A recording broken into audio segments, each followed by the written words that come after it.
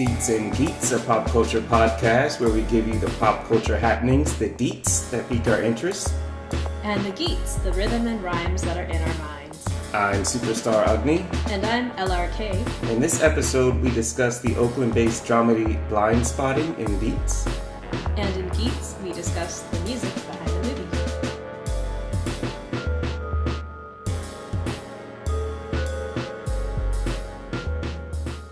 Alright, so let's do Deet 3 for Blind Spotting. We introduced that last show where we give 3, how would you classify it? I guess highlights that we have. Yeah, 3 thoughts, maybe? 3 Yeah. data points, whatever you would want to call it. Alright, so I went first last time. Why don't you go first this time and let's see where we match up. Alright, so basically this movie is about Oakland and 2 lifelong friends from Oakland, and I guess their struggle to find a place in changing Oakland. Okay, so my Deet 1 is about gentrification.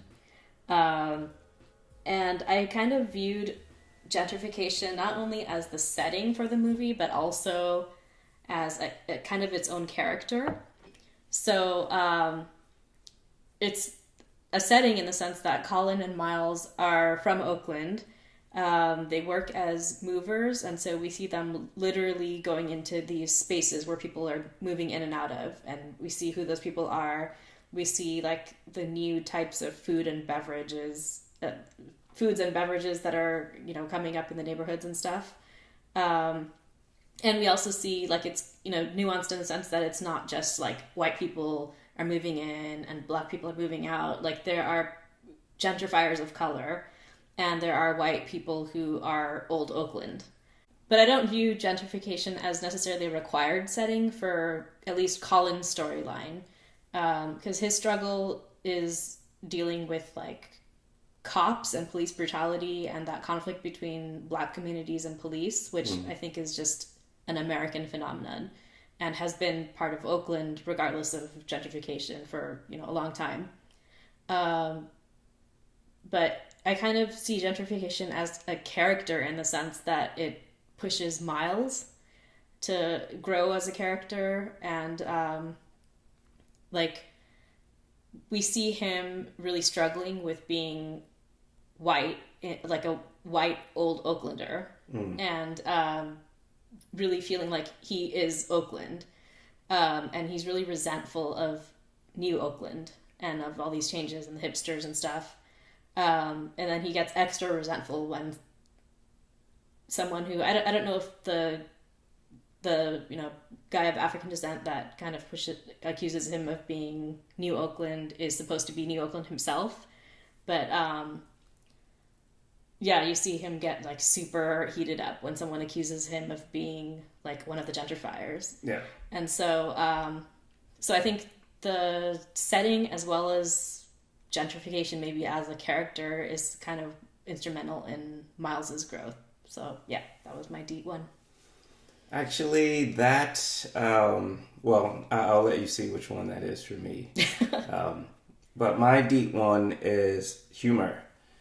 So I think I got so caught up in all the fantastic things that I found about Sorry to Bother You that I forgot to mention how funny that movie was. Some things were very much on the nose, so I don't want to make that mistake with this one. This is a very funny movie. I feel like the funny because it's true saying applies to this one. Whether that's the Oakland specific humor or just basic human nature. Even the dramatic moments, I think, are peppered well with comedic dialogue or just actions, character reactions to things. So I think they did excuse me, I think they did a very good job with that.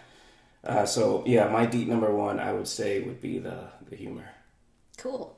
And now in contrast to that, my Deet 2 is about the tension. Like this movie just made me super anxious like a lot of the time, and of course it had a good amount of humor too, so not to take away from that, but I think the last time I felt like physically like stressed watching a movie was like Gothica.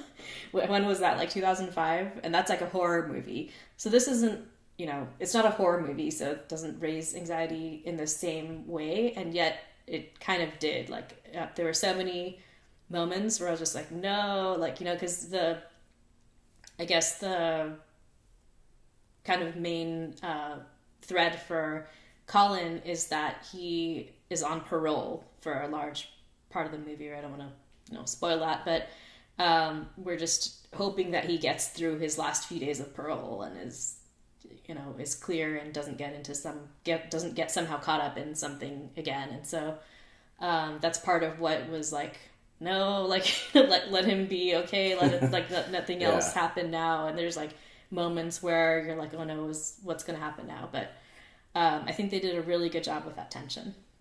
Yeah, so I live with that tension every day, and I think they did a really good job conveying that to general audiences. That sort of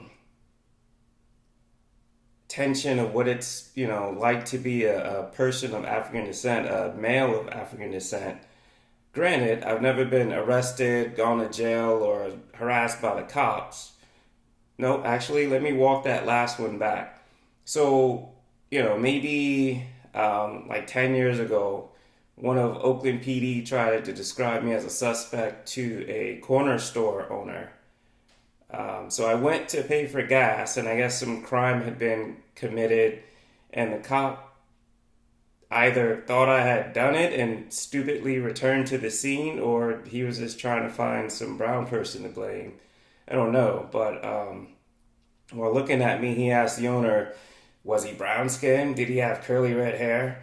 And the store owner looked at me and then looked at the cop and, was like, no, emphatically. So that's the only time, the cops have tried to set me up, which now that I think about it is pretty messed up, because what if the store owner had lied and said yes? Anyway, I feel that kind of tension every day. And you've seen it where we go to a restaurant or a store and people just stop what they're doing and stare and sometimes come up to me with some kind of comment, mostly positive. But just the fact that I'm being watched all the time is very exhausting. And, while I haven't been harassed by the cops, I have had roommates, except for that one time, I have had roommates in the past bring up my skin color or insinuate some inherent defect, once they got upset at me and we got into an argument or whatever. So that tension is always there for me based on experience, not just me being paranoid. Just people come up to me and, when I was in the country, because I grew up in Kansas and Missouri, these rednecks would just drive by in their pickup trucks and yell obscenities at me and stuff. So it's that sort of PTSD is very real, and I think they did a good job in conveying that. Yeah, that's a good point. I think the movie also kind of showcased that it is a tension that is like, there is a specific tension that only Black people can know, like people of African descent, but probably particularly men. So yeah, I think through some of the dialogues and stuff like that was driven home really well, and they made the audience have to experience that too. They did a good job of creating that empathy, which kind of brings me into my D3. I found it really interesting that there was South Asian representation in this movie. So not only were there two South Asians, but they're both Marathi, which is what I am. So that's cool for me. I'm happy to see representation of South Asian people, since I'm a South Asian and a Marathi person from the Bay Area. But it's also interesting because there really aren't that many South Asian people that are from Oakland or even that live in Oakland. As of the last census, according to Wikipedia, it was in 2010 and a lot has changed since then. But according to the stats there, it was only 0.5% Indian in Oakland. I don't think they broke down other South Asian populations, but I think it's probably even smaller than that. Yeah, it's interesting that they had two characters. I don't know if they were supposed to necessarily be South Asian because their names are Val and Rin. So those are nice kind of monosyllabic, ambiguous names. And I also couldn't tell if they were supposed to be Old Oakland or New Oakland because the way that Rin, played by Utkarsh Ambudkar, was talking was... I think he was probably supposed to be like New Oakland, but trying to act like he was Old Oakland because he was kind of talking in a stereotypically Black Oakland accent. And it didn't really sound natural, but I don't know if that was him not acting well or like not doing the accent well, or... He plays that kind of character. I've only seen him twice, in this and the Mindy Project, and he plays that kind of character. Yeah, and he's supposed to play her brother in that, so obviously it's not really supposed to be a natural accent for him there either. Yeah. So I guess he's kind of a poser like all the time. But like, so anyway, like, and then I couldn't tell Val also, like, if she's supposed to be like from Oakland or what, because she talks, you know, she doesn't talk like stereotypically Oakland. Yeah. Except I think she kind of imitates him or what he would say or something at one point, and then she kind of changes her accent for that. But yeah, I in a way I'm kind of like, is this like, are South Asians like gentrifying Black spaces in cinema? Like, I don't know if, and it's not. This wasn't written by South Asian people, so it's not like we're forcing our way in. Yeah, I don't know. It was just something I was thinking about. Like in Insecure also, there's two South Asian actors in that. Aparna, the character's name is Aparna. She's like the Issa's ex's new flame toward the end of season 2. And then one of Issa's co-workers, also South Asian. On the other hand, we see... in a couple of other shows, like How to Get Away with Murder and This Is Us, we see South Asian characters, as you've noted, and as I think are going to do a further blog post on it. Yeah. Like the South Asian threat. So it's like the rising up, like the character that's like kind of rising up and threatening to take over someone else's role. So in a way, we kind of... I don't know, in this movie, it wasn't shown as that. It was shown as they're part of the community and stuff, and same with in Insecure. But it is I guess it just naturally is an interesting space. Like, where do South Asian people fit into this country? Because on the one hand, we're kind of welcomed as a model minority and like placed toward like white people and mobility and stuff. And there's like a lot of anti-Blackness in the South Asian community, but then there's also an opportunity to have that solidarity. So, and then also when it comes to the beauty ideal, like I know it's not like my lane to like sort of police who should be represented or how beauty should be represented in, you know, Black-centric sort of spaces, but both of the women in this movie, both of the love interests were kind of what South Asian people would call wheatish skin tone, so not like dark, but kind of, you know, median skin tone. So that was interesting too. So that was my very long deep 3. Okay, so I think I skipped my deep number 2. Oh, sorry. Okay, let's go back to your deep 2. All right. Yeah, I think this movie is definitely a very Oakland movie, but in a good way. And it's the second one that we've seen this month. Yeah. So that's very promising. I think it's a gap that's been open for a very long time. So hopefully there will be more movies made about Oakland in Oakland. Yeah, totally. I mean, it's like, I think they did a really great montage during the opening credits of all these different scenes and spots and locations in Oakland. I think they definitely showcased it better than anything else that I've seen. Yeah. The Bay Area accents, the, local issues. And then they also kind of pointed out the SJWs and the performative wokeness of the area, which I think is very, I don't think I've ever seen a movie do it that way before. And as always, there's no better place to see a movie about Oakland than at the Grand Lake Theater, which we For saw. sure, yeah. Yeah, so the audience is always great, and it makes the enjoyment of the movie like 10 times better. Yeah, like all the cheering whenever there was like any super Oakland image or reference, and then all the gasping during all the tense moments too, Right. and then the sighing with relief when something was like kind of resolved. So yeah. My deep number 3. How can I do this without spoiling? Should we do a spoiler alert? No, I can do it without spoiling. I did read a review right before we're recording this, and the takeaway from the review was, and I want to get your thoughts on this. It says it's too caught up in teachable moments, starts out fun, and ends up feeling like homework. That's really strange. I don't agree with that at all. I think if anything, Sorry to Bother You maybe had, like, it was very kind of academic, with like the critiques of capitalism and labor and whatever. I didn't feel like this was, I feel like this is a movie that you experience. It's more of a visceral film than a intellectual one.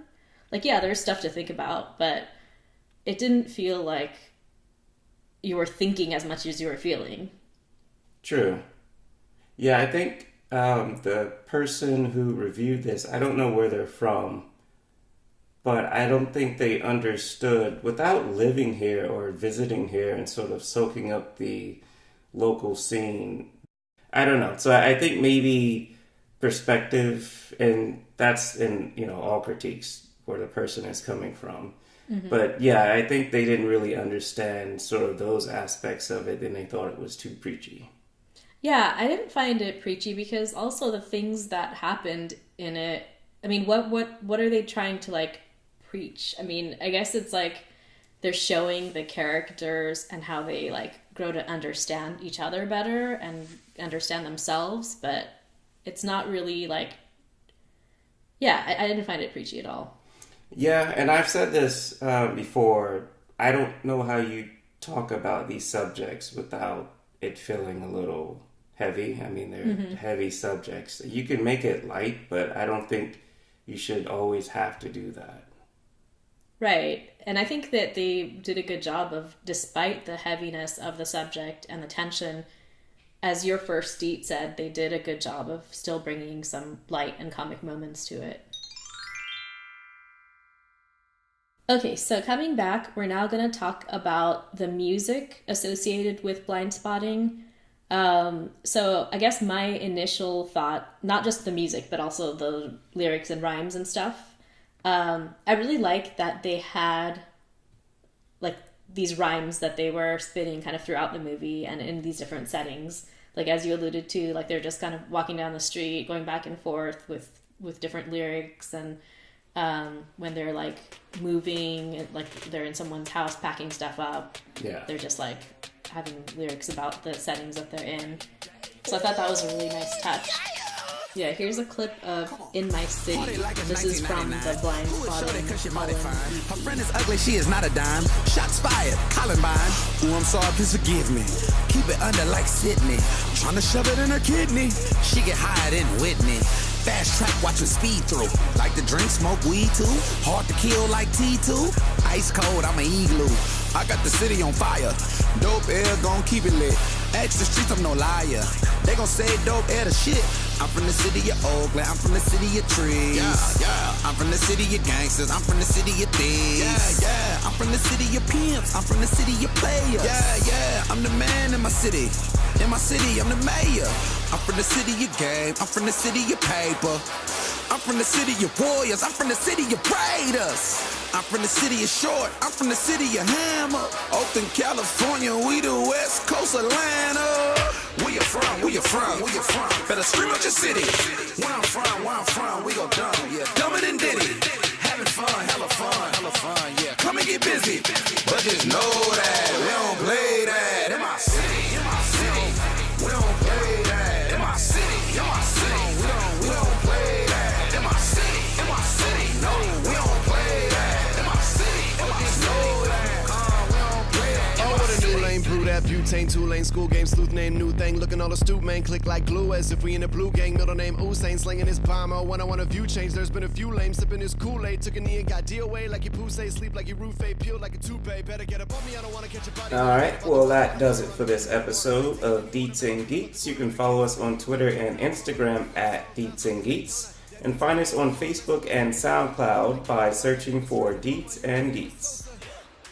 Black hood, making black music, so I'm past good. Cuddy with him in New York, hit the backwood, but I'm back in the West. Hope loud till I can't stand good. Get him out of boundaries, say they know the towners, so I call the foul and pull him off the titty, cause it's all mamas that we on drama. Know that we don't play that in my city. Hey, we don't play that in my city. Hey, we don't play that in my city. Hey, we don't play that in my city. Yeah, digs. You might wanna lace your shoes before we